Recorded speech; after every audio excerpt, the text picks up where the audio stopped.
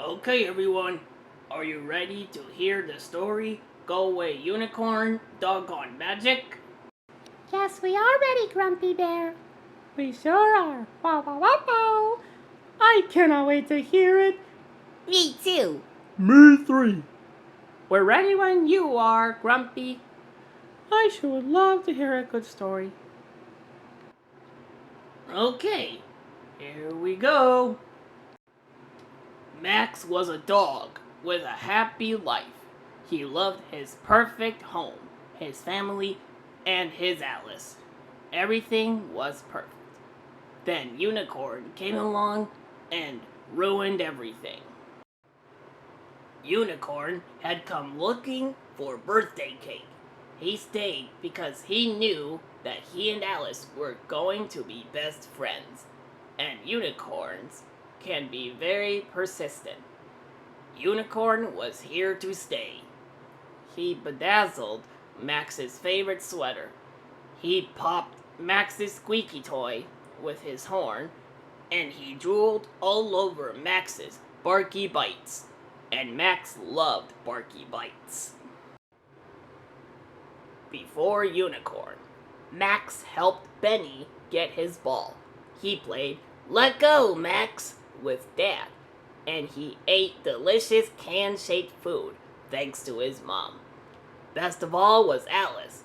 She always had time for Max, especially when he was afraid. Alex scratched Max in all the best places, and Max loved scratches.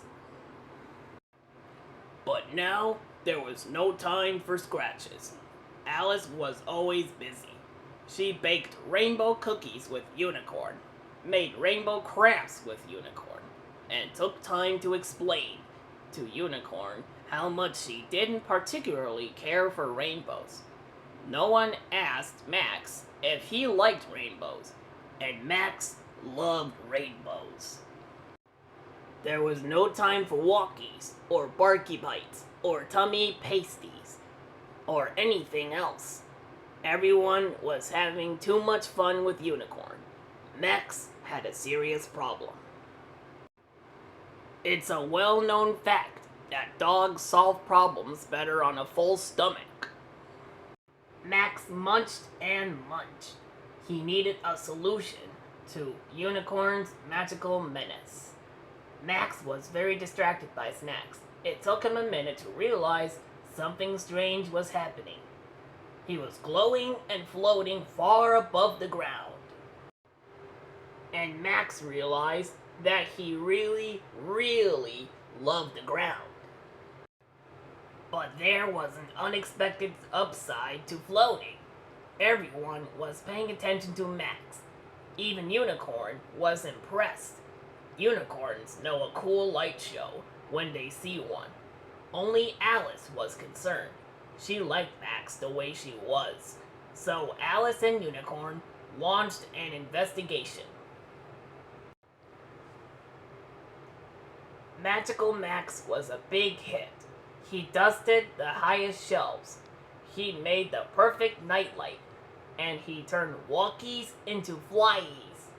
Still, Alice and Unicorn didn't seem to notice. They were busier than ever with some secret project. It seemed not even magic could bring Alice back. There was only one thing to do. Almost everyone knows that dogs sulk better on a full stomach. Max munched away. He was so distracted, he didn't notice he was glowing brighter and brighter, until he accidentally created an indoor thunderstorm. Max did not love thunderstorms. Everyone ran for cover. Alice's family was used to magic, but no one knew quite what to do about a thunderstorm in the house.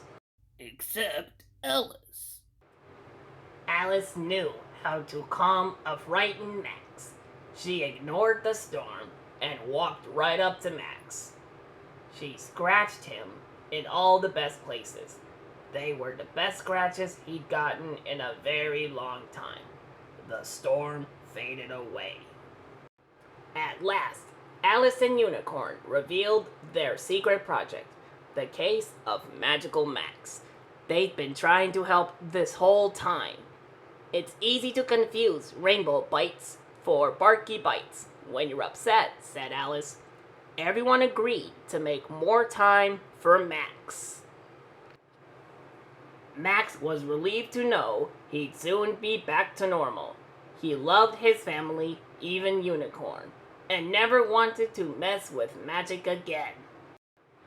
But unicorns know that a very little magic can be very uplifting, and Max decided that one more pet in the family wouldn't totally ruin things.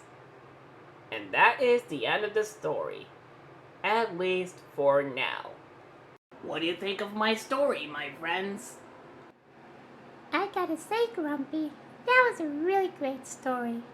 I'm glad you got a turn reading this story to us. Me too. I love that story. And so do we. I love that story. It's just as good as the first one. What do you think, Patrick? Should we read the first story together? Yeah, we should totally do that, SpongeBob. Then we can do that after our camping trip, Patrick. Thank you so much, Grumpy Bear, for sharing this story with us. I'm sorry if Alice wasn't there to see it.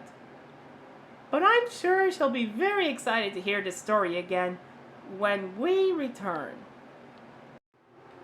I'm glad you liked this story. Well, it's time for bed, everyone. Let's all go to bed now.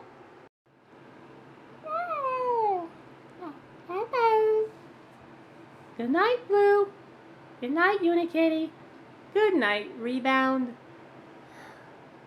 Good night, Mom. Good night, Pennywing. Night, Fluttershy. Good night, Tin Boy. Good night, Patrick. Good night, SpongeBob.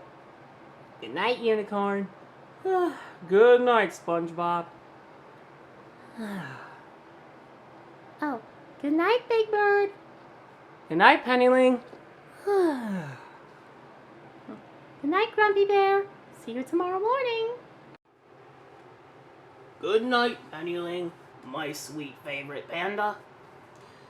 I'll see you all tomorrow morning.